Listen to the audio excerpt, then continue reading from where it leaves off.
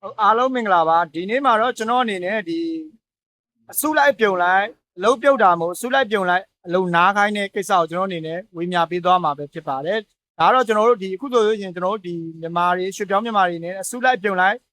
အလုပ်နားခံတည်တယ်အလုပ်နားခံတည်တဲ့အပြင်ကျွန်တော်တို့ဒီအထေးတွေဘက်ကနေပြီးတော့တာဝန်မှုတာဝန်ခံမှုမရှိတဲ့ပိုင်းတွေအတွက်ကျွန်တော်ရွှေပြောင်းမြန်မာတွေနဲ့မစိုးရင်အောင်ဘာတွေဆောင်ရန်ရှိတယ်ဘာတွေရှောင်ရန်ရှိတယ်ကျွန်တော်အနေနဲ့ဝေမျှပေးသွားမှာပဲဖြစ်ပါတယ်ကျွန်တော်လူသမိုင်းအနေနဲ့တည်ထားရမှာကကျွန်တော်တို့ကိုအလုပ်ဖြုတ်လို့ရတာဒီတထေးအလုပ်ဖြုတ်လို့ရပါတယ်စက်ရုံက HR အလုပ်ဖြုတ်လို့ရပါတယ်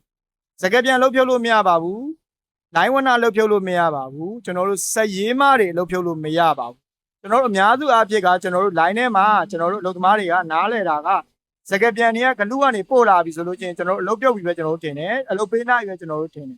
ဆိုတော့ကျွန်တော်တို့အလုပ်သမားတွေအနေနဲ့တည်ထားရမှာကဒီလိုအရေးကြီးတဲ့ဟာတွေအလုပ်ပြုတ်တဲ့ဆိုတာအလုပ်တစ်ခုမှအလုပ်ပြုတ်တာကဒါဒီတက်အရေးကြီးတာဘာမှမရှိတော့ဘူးဆိုတော့ဒါအရေးကြီးတယ်လို့ခေါ်တာပေါ့နော်ဆိုတော့အဲ့လိုအလုပ်ပေးနာတဲ့ကိစ္စတွေဆိုလို့ရှိရင်လည်းဒါကိုအလုပ်ပြုတ်သွားနိုင်တဲ့ဖြစ်တဲ့အတွက်ဒါအရေးကြီးတဲ့ကိစ္စပဲအဲ့လိုကိစ္စတွေကျွန်တော်စကားပြန်တွေကိုတိတိကျကျမေးပါငါတို့အလုပ်ပေးနာတာဘယ်သူကပေးနာတာလဲတထေးကပေးနာတာလား HR ကပေးနာတာလားသူ့အနေနဲ့ HR ပေးနာတာမှန်ကန်တယ်ဆိုရင်ငါတို့ကိုပေးနာတယ်ဆိုတဲ့နော်နာမည်စင်းနေပေါ့နော်ငါတို့ဒီဝန်ထမ်းကတ်နံပါတ်တွေနဲ့တိကျငါတို့ပို့လာခဲ့ပြီအဲ့ဒါပို့လာခဲ့ပြီပွားဆိုအဲ့စာရွက်တွေရလာပြီဆိုလို့ရှိရင်လူသမားအနေနဲ့ဘာလုပ်ရမလဲအဲ့စာရွက်ကိုကျွန်တော်ကင်ပြီးတော့ office ရုံးကိုသွားမယ်အကုန်သွားရမှာဖြစ်ပါတယ်အကုန်သွားရမှာဖြစ်ပါတယ်အကုန်သွားပြီးသွားပြီဆိုရင်ကျွန်တော်ကမေးမယ်ကျွန်တော်တို့အဲ့ချိန်မှာစန္ဒပြတာမဟုတ်ပါဘူး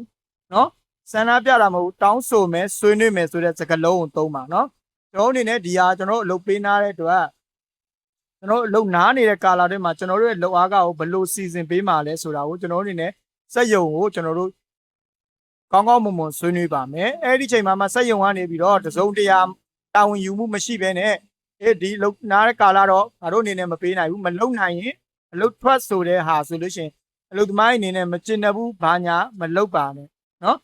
အဲ့ဒီအချိန်ဒီတထေးဘက်ကနေပြီးတော့မမှားနေသေးပါဘူးเนาะဥပဒေကြောင်းရတရားရကတော့မမှားနေသေးပါဘူးအဲ့ဒီအချိန်မှာအလုပ်သမားတွေနဲ့အဲ့ဓာကြီးအကုန်လုံးတက်တဲ့တွေယူထားပြီးတော့ကျွန်တော်တို့ဒီမြို့နယ်အလုပ်သမားကာကွယ်စောင့်ရှောက်ရေးရုံးမှာတွားရောက်အကြောင်းကြားလို့ရတယ်သို့တော်များလည်းအမှုဖွင့်လို့မရသေးပါဘူးဘာဖြစ်လို့အမှုဖွင့်လို့မရသေးတာလဲဆိုလို့ရှိရင်မိမိလုပ်အားကထွက်တဲ့ရက်မဟုတ်သေးဘူးပေါ့နော်ဆိုလိုရင်းကကျွန်တော်တို့ဒီပြီးခဲ့တဲ့မိမိအလုပ်လုပ်ခဲ့တဲ့ကာလကိုတော့ကျွန်တော်တို့ကလောကကတော့ပုံမှန်သူ့အနေနဲ့ထွက်တော်များလဲမိမိအလုပ်နားတဲ့ကာလကမနားရသေးဘူးပတ်စံလည်းမထွက်ရသေးဘူးနောက်တစ်ဝက်မှထွက်မှာလေနော်ဆိုတော့အဲ့ဒီနောက်တစ်ဝက်မှာမှမိမိလုပ်အားကမရဘူးဆိုလို့ရှိရင်နော်မိမိအလုပ်နားနေတော့များမိမိလုပ်အားကမရဘူးဆိုလို့ရှိရင်ဒါတထေးအနေနဲ့ဥပဒေကိုချိုးဖောက်တာဖြစ်တဲ့အတွက်တထေးကိုကျွန်တော်တို့ကတိုင်တန်းလို့ရပြီပေါ့နော်အဲ့ဒီချိန်မှာကျွန်တော်ကဘယ်လိုတိုင်တန်းလို့ရမလဲဆိုရင်ကျွန်တော်လုပ်သမားတွေနဲ့တည်ထားရမှာကတထေးဒီမြို့နယ်အလုပ်သမားကာကွယ်စောင့်ရှောက်ရေးရုံးမှာငါစက်ရုံမှာတော့ဝန်ထမ်းဘယ်လောက်ရှိတယ်200ရှိတယ်အဲ့200ထဲမှာဒီဝန်ထမ်းအယောက်90သူကတော့ဘယ်နေရာမှာတာဝန်ယူတယ်ဘယ်နေရာမှာတာဝန်ယူတယ်ဆိုပြီးတော့ရောက်90ကိုပေးနာမယ်ရောက်90စရင်းနဲ့တကွာမြို့နယ်လူသမားကာဝယ်စောက်ချောက်ရေးကိုတင်ပြရမှာဖြစ်တယ်အဲ့လိုတင်ပြတဲ့အခါကျသူ့အနေနဲ့ဥပဒေကြောင်းအရ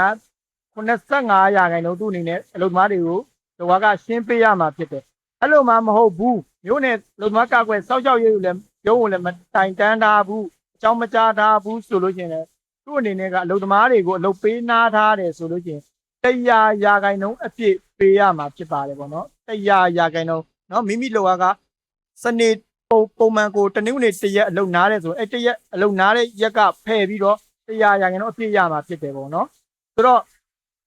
သိထားရမှာကကျွန်တော်အလုပ်သမားတွေနဲ့သိထားရမှာကအဲ့ဒီချိန်မှာအလုပ်တထေးရနေပြီးတော့နော်ပေးနာမှာကနောက်အပတ်မှပေးနာမှာသို့တော်များလဲတထေးကအခုကြိုပြောထားတဲ့အတွက်အလုပ်သမားတွေကငါတို့ဒီလိုမပေးရင်အလုပ်မစင်းဘူးဆိုပြီးတော့အစုလိုက်ပြုံလိုက်အလုပ်နားလိုက်တယ်ဆိုရင်နော်အလုတ်နားလိုက်တယ်ဆိုရင်ကျွန်တော်တို့အနေနဲ့တထေးနဲ့အခြေတင်းကျွန်တော်တို့ဥပဒေပိုင်းဆိုင်ရာအပြန်လဲရင်ဆိုင်ရမယ့်အနေအထားတော့ရှိနိုင်တယ်ပေါ့နော်